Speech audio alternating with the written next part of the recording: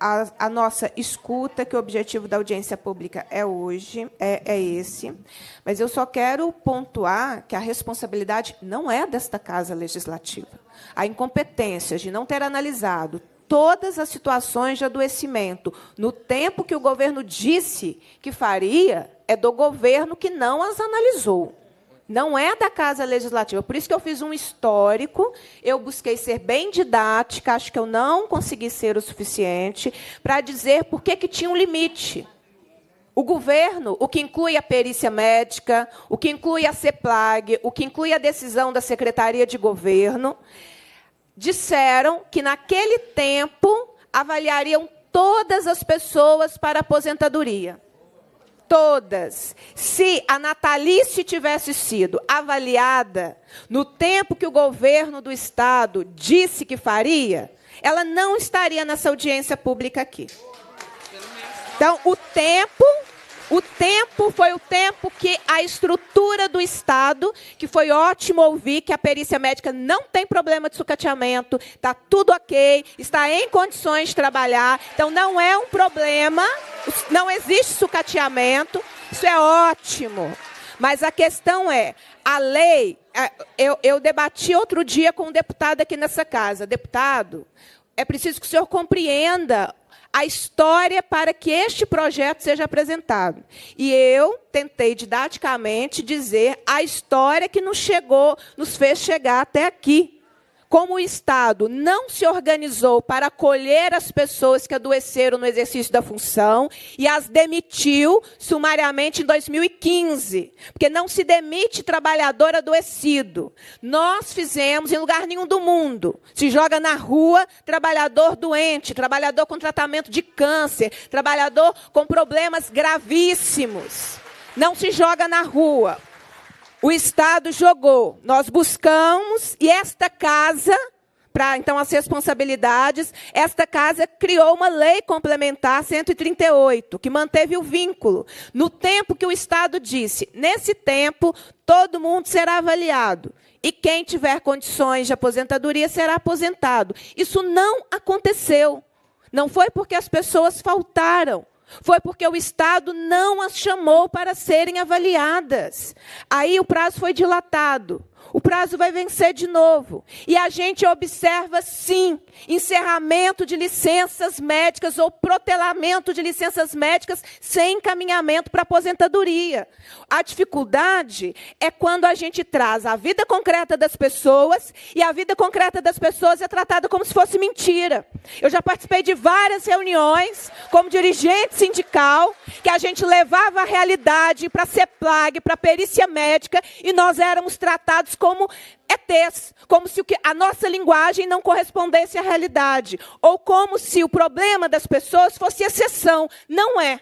A exceção é de quem consegue vir doente, com dor, e pegar o microfone. Porque ficaram outras centenas sem condições de deslocamento. Vai ver onde é que fica a cidade de Santa Cruz de Salinas. Vai ver o deslocamento das pessoas. Quantas aqui não viajaram a noite inteira para conseguir participar de uma audiência pública e ter um direito de fala de 3 minutos. Toda vez que a gente discute perícia médica com o governo do Estado, é como se as nossas demandas fossem mentirosas.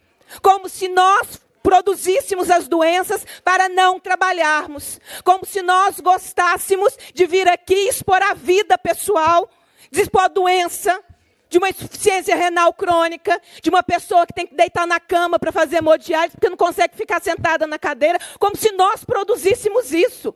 Tenha paciência, gente. E agora foi responsabilidade dos governos anteriores e agora é do Zema.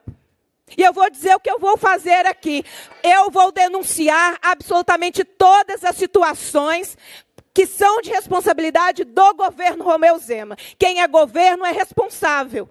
Agora, tratar a situação de uma pessoa com insuficiência renal crônica como, no mínimo, reconhecimento de erro, como não foi dito, não, ela tem que fazer recurso. Ela vai fazer recurso. Sabe o que vai acontecer?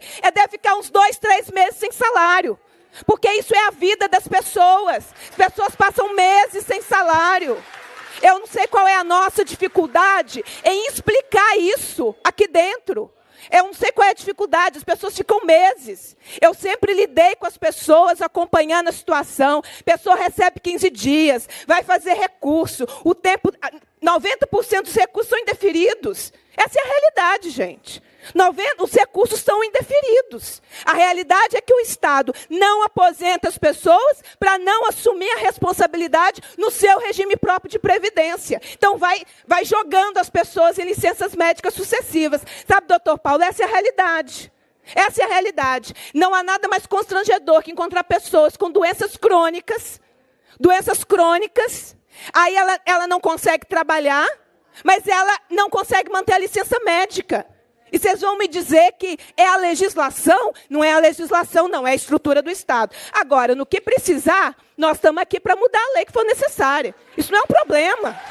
Isso não é um problema. Agora, que dia que vocês trouxeram isso a essa casa?